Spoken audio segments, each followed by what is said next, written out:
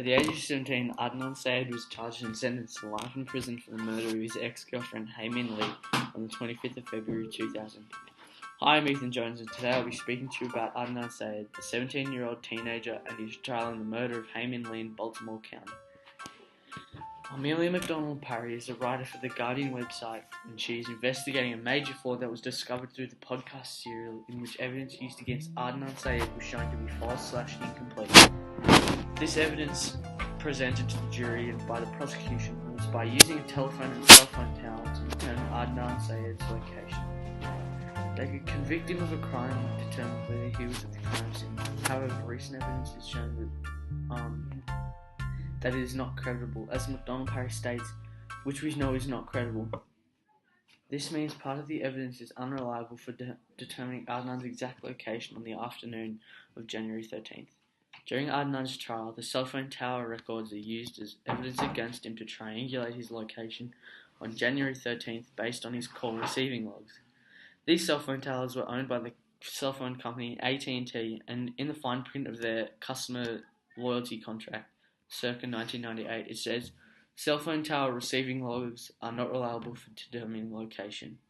It is unknown why Adnan's defense attorney did not try to challenge this argument or conduct any sort of investigation into these accusations.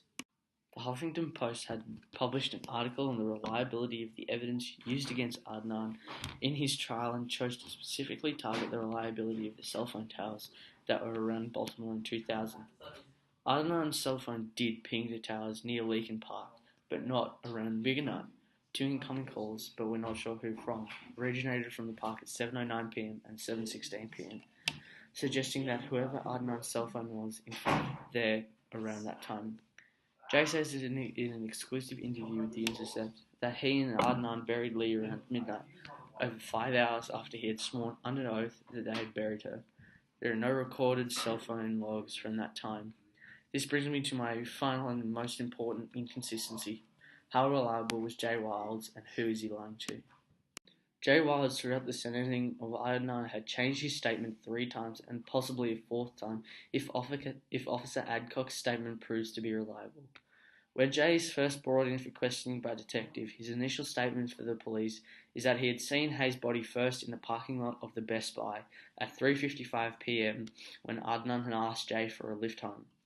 The second interview with detectives, Jay had changed his initial statement from the Best Buy parking lot to outside of his friend Jen's house, when Adnan and himself went to smoke weed with his friends.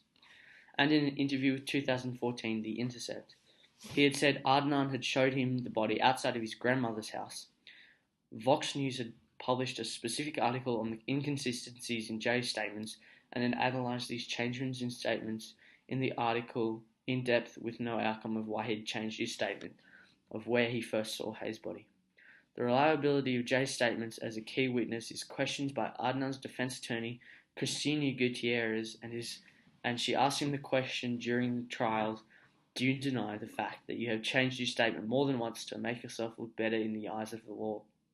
Now, we all know this is the classic loaded question, but he does admit in changing his statement more than once, and Cristina Gutierrez does not push for a new case and moves on.